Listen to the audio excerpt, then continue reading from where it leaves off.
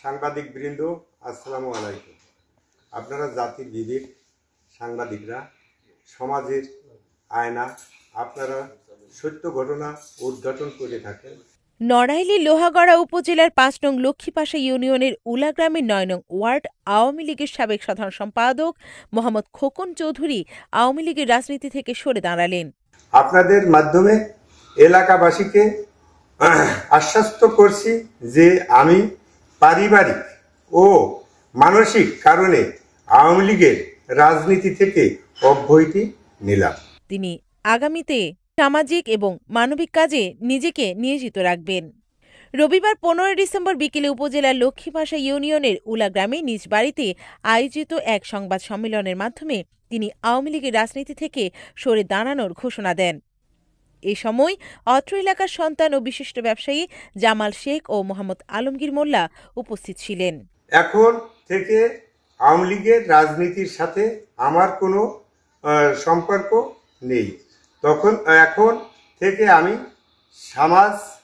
সমাজের উন্নয়নমূলক কাজ এবং জনসেবার জন্য নিজেকে নিয়োজিত রাখব ইনশাল্লাহ। সংবাদ সম্মেলনে বিশিষ্ট সমাজসেবক মোহাম্মদ খোকন চৌধুরী বলেন, লক্ষ্মীপাশা ইউনিয়নের প্রয়াত ইউপি চেয়ারম্যান কাজী বনি আমিন আমার অজান্তে এবং আমার সাথে কোনো আলাপ আলোচনা না করে লক্ষ্মীপাশা ইউনিয়নের ৯ নং ওয়ার্ড আওয়ামী লীগের কমিটিতে আমাকে সাধারণ সম্পাদক হিসেবে মনোনীত করেন। সাথীরা,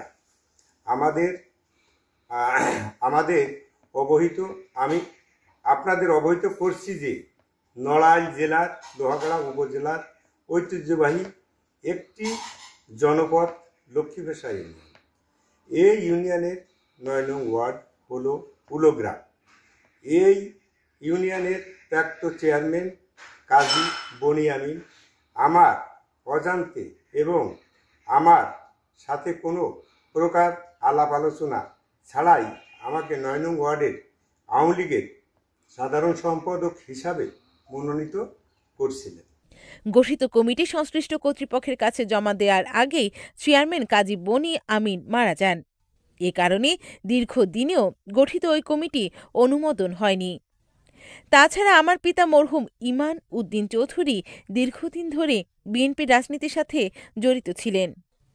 আমার ছেলে বিশিষ্ট ব্যবসায়ী স্বপ্নিল চৌধুরী সোহাগ স্থায়ীভাবে ঢাকায় বসবাস করে এবং এ কারণে আমাকেও ঢাকায় অবস্থান করতে হয়, যে কারণে আমি সহ আমার পরিবারের সদস্যরা আওয়ামী লীগের সকল রাজনীতি থেকে সরে দাঁড়ালাম।